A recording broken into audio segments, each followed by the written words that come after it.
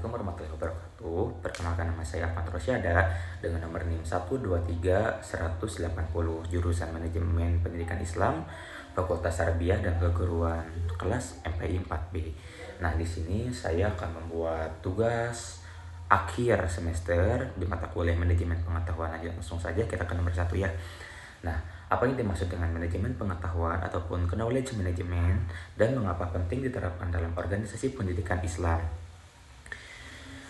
Jadi menurutku manajemen pengetahuan ataupun dalam bahasa ilmiahnya biasa disebut knowledge management itu merupakan suatu pendekatan multidimensi yang memadukan unsur manajerial, teknologi, informasi, psikologi, sampai organisasi. Nah, hingga nilai-nilai budaya untuk mengelola pengetahuan itu ada dalam sebuah organisasi pengetahuan. Di sini tuh tidak hanya sekedar dipahami sebagai kumpulan informasi statis, tetapi lebih sebagai sumber daya strategis yang hidup, dinamis, dan memiliki potensi luar biasa dalam menentukan arah dan kualitas organisasi. Nah, termasuk organisasi pendidikan berbasis nilai Islam. Nah, konsep ini mencakup siklus hidup pengetahuan, mulai dari penciptaan, terus pengumpulan, dokumentasi, penyimpanan, dan pengorganisasian. Nah, didistribusi ataupun penyebaran, lalu hingga penerapan. Nah, jadi manajemen pengetahuan itu bukan hanya tentang bagaimana menyimpan file, tetapi juga memastikan pengetahuan dimiliki organisasi itu bisa menjadi penggerak utama inovasi, transformasi, serta perbaikan. Nah, berkelanjutan ya. Terus dalam organisasi pendidikan Islam baik di pesantren, madrasah, lembaga dakwah hingga perguruan tinggi Islam, nah penerapan manajemen pengetahuan itu sangatlah vital. Hal ini karena lembaga pendidikan Islam memiliki karakteristik pengetahuan yang khas, yaitu kombinasi antara turats ataupun warisan keilmuan Islam klasik dan tajdid. Nah, terus banyak pengetahuan yang diwariskan secara lisan dari guru ke murid hingga kiai ke santri, bahkan dengan pola interaksi yang bersifat informasi spiritual dan kultural. Ketika menjadi pengetahuan ini tidak didokumentasikan secara sistematis dan dikelola dengan pendekatan manajemen modern, nah maka kita beresiko kehilangan khasanah keilmuan yang sangat. Oke, kita lanjut ke nomor 2 ya. Nah, di nomor 2 itu ada jelaskan perbedaan antara tacit knowledge sama explicit knowledge. Nah, menurutku itu pengetahuan manusia itu kan secara garis besarnya dapat dikategorikan ke dalam dua bentuk besar ya. Yaitu ada tacit knowledge sama explicit knowledge. Nah, kedua bentuk pengetahuan ini tuh memiliki karakteristik yang berbeda, baik secara mendasarnya, baik dari segi sumber, bentuk cara mentransfer, maupun tantangan dalam pengelolaannya. Nah, tacit knowledge ataupun pengetahuan tersirat itu adalah pengetahuan yang berada dalam dimensi pengalaman personal seseorang. Ia tidak terdokumentasikan dan bahkan seringkali tidak disadari keberadaannya oleh pemiliknya sendiri. Nah, bentuknya itu bisa berupa intusiasi, keahlian halus, ataupun dan lain-lainnya ya. Nah, pemahaman mendalam yang dibentuk dari pengalaman bertahun-tahun dalam konteks pesantren misalnya, tacit knowledge bisa berupa cara seseorang kiai menilai kesiapan santri dalam menerima amanah ataupun pendekatan batiniah. Nah, dalam mendidik tanpa pernah menuliskannya, pengetahuan ini tuh sangat sulit ditransfer kecuali melalui hubungan dekat, interaksi langsung, ataupun memiliki role modeling. Nah, explicit knowledge ataupun pengetahuan eksplisit yaitu berada dalam tacit knowledge. Explicit knowledge adalah jenis pengetahuan yang telah diubah ke dalam bentuk formal, terdokumentasi, dan sistematis. Ia dapat berupa buku, artikel, kurikulum, SOP, video pembelajaran, ataupun dan lain-lainnya. Nah, pengetahuan itu mudah untuk dibagikan ataupun disebarluaskan, dikaji, bahkan ditransformasi kembali menjadi pengetahuan baru melalui proses diskusi ataupun inovasi. Nah, mungkin dari contohnya itu kita bisa dapat melihat ke lembaga Islam. Nah, Tajid kenal Tajid seorang kiai yang memiliki cara khas dalam membaca kitab gundul dengan metode penekanan tertentu yang hanya bisa dipahami melalui pengajaran langsung. Nah, beda seperti ijlid, modul pelatihan kader dai, SOP kegiatan Ramadan ataupun buku tafsir karya guru besar Fakultas Syariah mengelola keduanya secara seimbang. Nah, inti dari manajemen pengetahuan tantangannya itu terletak pada bagaimana mengkonferensi tajwid menjadi eksplisit agar tidak hilang. Lanjut kita ke nomor ketiga ya. Nanti nomor ketiga itu kan ada bagaimana proses knowledge sharing dapat dibangun dalam organisasi berbasis nilai-nilai keislaman. Nah, jadi proses knowledge sharing ataupun pengetahuan merupakan jantung dari sistem manajemen pengetahuan. Nah, yaitu ibarat aliran darah yang membawa oksigen pengetahuan ke seluruh bagian tubuh organisasi. Nah, terus dalam konteks organisasi keislaman, proses ini tuh kan bukan hanya bersifat teknis ataupun administratif. Nah, tetapi juga merupakan bagian dari nilai-nilai keimanan, pengabdian kepada masyarakat. Dalam Islam juga membagikan ilmu itu merupakan bentuk ibadah yang bernilai jariyah. Soalnya Rasulullah SAW juga kan bahkan bersabda bahwa salah satu amalan yang tidak terputus adalah ilmu yang bermanfaat. Nah, maka secara teologis itu kegiatan berbagi pengetahuan sejatinya sudah inherent dalam ajaran Islam itu sendiri. Nah, dalam praktiknya, knowledge sharing seringkali terhambat oleh budaya organisasi yang belum terbuka. Dalam beberapa lembaga Islam, terdapat kecenderungan untuk menyimpan ilmu demi mempertahankan posisi ataupun karena adanya presisi bahwa keilmuan adalah identitas yang harus dijaga eksklusif. Nah, untuk mengatasi ini perlu dibangun seperti budaya ikhlas. Nah, berbagi mengakar pada nilai-nilai karunias nafiun linnas. Nah, ataupun yang kedua ada rasa saling percaya antara individu dan kelompok, bahwa berbagi tidak akan mengurangi otoritas, justru memperkuat nilai keilmuan. Nah, terus ada ruang komunikasi yang sehat seperti forum ilmiah, halaqah, musyawarah, dan pelatihan-pelatihan kader. Mungkin dari dilihat contoh praktiknya itu yang baik adalah Basnul Masail Khalaqah Ulama ataupun forum temu lintas daerah yang hanya menjadi media pertukaran pendapat tapi juga pembelajaran horizontal yang kaya nilai. Lalu kita lanjut ke nomor berikutnya yaitu nomor 4. Nah, nomor 4 itu disebutkan dan dijelaskan tahapan dalam siklus manajemen pengetahuan, mana tahapan yang menurut Anda paling krusial dan mengapa?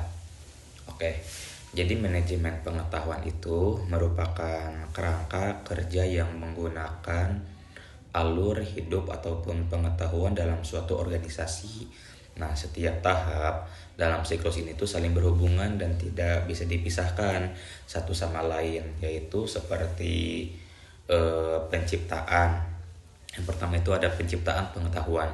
Nah, merupakan fase di awal mana ide, wawasan, ataupun baru refleksi atas pengalaman menghasilkan bentuk pengetahuan baru. Nah, bisa terjadi melalui diskusi, kolaborasi, riset, ataupun pengalaman spiritual di lembaga keislaman. Dan yang kedua itu ada penangkapan. Nah, setelah pengetahuan muncul, ia perlu ditangkap dan didokumentasikan agar tidak menguap begitu saja. Nah, pengetahuan yang berada dalam ingatan manusia itu sangatlah rentan hilang, ya. Nah, di sini itu peran dokumentasi menjadi penting. Nah, terus yang ketiga itu ada pengorganisasian. Nah, setelah didokumentasikan, pengetahuan perlu disusun ataupun diklarifikasi agar mudah diakses. Tanpa pengorganisasian yang baik, informasi akan sulit dicari, bahkan bisa terkubur. Nah, yang keempat itu ada berbagi pengetahuan. Berbagi pengetahuan telah tersusun dengan baik, harus disebarkan berbagai platform Bisa digunakan mulai diskusi tatap muka, website, jurnal, video pembelajaran, hingga grup WhatsApp ataupun lain sebagainya. Nah, yang kelima itu ada penerapan. Nah, tahap ini itu merupakan akulisasi dari bentuk pengetahuan. Nah, pengetahuan yang sudah dibagikan itu harus dipakai untuk pengembalian keputusan. Nah, pengembangan kurikulum dan peningkatan mutu, layanan keagamaan ataupun pendidikan, tahap paling krusial knowledge sharing itu karena pengetahuan tidak akan menjadi kekuatan jika tidak dibagikan. Ilmu yang tersimpan hanyalah menjadi koleksi, bukan manfaat. Apalagi dalam lembaga keislaman ya, banyak pengetahuan yang sifatnya tacit, jika tidak segera dibagikan itu akan hilang bersama waktu dan usia. Oke, kita lanjut ke nomor terakhir, yaitu ada nomor 5. Nomor 5 itu peran teknologi informasi dalam mendukung sistem manajemen pengetahuan. Oke. Nah, jadi teknologi informasi kita singkat menjadi TI, pada hakikatnya bukan hanya sekedar perangkat keras, dan lunak yang menunjang kinerja administratif belaka, melainkan telah menjadi pilar fundamental dan penggerak utama dalam sistem manajemen pengetahuan. Knowledge Management System atau kita singkat jadi KMS di berbagai jenis organisasi termasuk dalam konteks lembaga pendidikan Islam. Kehadiran TI ini mampu merevolusi cara manusia baik secara individu maupun kolektif dalam mengakses, menyimpan, mengelola, dan mendistribusikan pengetahuan secara lebih efisien, terstruktur, cepat ataupun luas, dan berkelanjutan. Nah, dalam sistem manajemen pengetahuan modern, peran TI itu begitu integral dan strategis karena tanpa dukungan teknologi, pengelolaan pengetahuan cenderung akan terbatas pada metode tradisional yang lambat, bersifat lokal, dan tidak memiliki jangkauan yang luas. Nah, TI itu menjembatani proses transformasi pengetahuan tradisional yang bersifat lokal, lisan, dan tersebar secara informal menjadi pengetahuan yang digital, terdokumentasi dengan baik, tak mudah dicari, mudah dipelajari, serta diwariskan lintas generasi, bahkan lintas batas geografis. Mungkin dari fungsinya itu, manajemen informasi sistem manajemen pengetahuan itu ada penyimpanan pengetahuan. Nah, TI itu memungkinkan penyimpanan data dan informasi dalam format digital, mulai dari dokumentasi teks, bisa PDF, Word, presentasi, video rekaman ceramah, podcast kajian, hingga database, kitab-kitab klasik yang telah didigitalisasikan. Nah, semua pengetahuan ini tuh dapat disimpan secara aman dalam server internal ataupun cloud storage. Nah, yang bukan hanya hemat ruangan juga, tapi mengurangi resiko kehilangan data, bahkan kerusakan fisik seperti kebakaran, rayap, atau kehilangan dokumentasi. Lalu ada distribusi pengetahuan.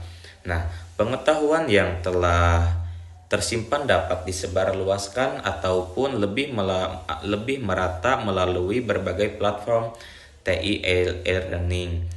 Sistem pembelajaran berbasis learning management system atau kita singkat LMS, media dakwah seperti media sosial seperti YouTube, Telegram, Instagram, TikTok dakwah, website resmi pesantren, hingga jurnal ilmiah menjadi penting dalam sebuah mentransmisasikan pengetahuan khalayak yang lebih luas. Informasi keislaman yang sebelumnya hanya tersedia di ruang fisik kini bisa dinikmati secara daring oleh siapa saja dan dimanapun.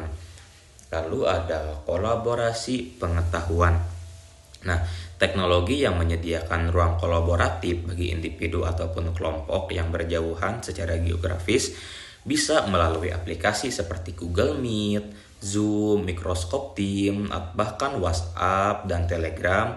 Nah, para ustadz, dosen, santri, mahasiswa, ataupun peneliti keislaman dari berbagai wilayah dapat berdiskusi merumuskan fatwa, mengembangkan kurikulum, atau meluaskan karya ilmiah secara virtual.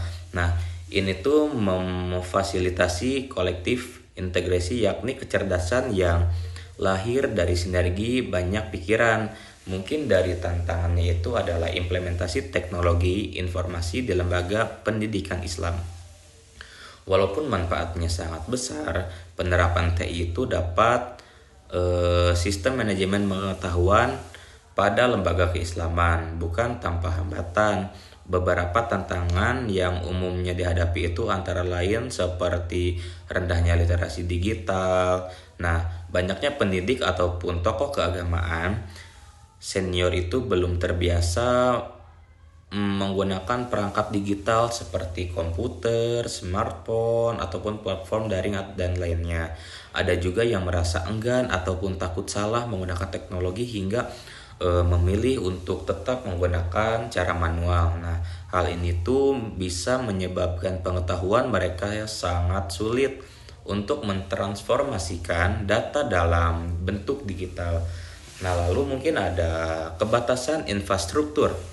Nah, banyaknya di pesantren ataupun madrasah, khususnya dalam berbagai wilayah pedesaan ataupun di pelosok, nah fasilitas daring internet itu belum stabil, perangkat komputer, server data, ataupun bahkan listrik yang belum konsisten pun masih menjadi tantangan tanpa infrastruktur dasar. Nah, pengembangan manajemen pengetahuan berbasis TI itu menjadi sulit diwujudkan. Nah, mungkin kita ambil garis lurusnya itu teknologi bukan hanya alat bantu, melainkan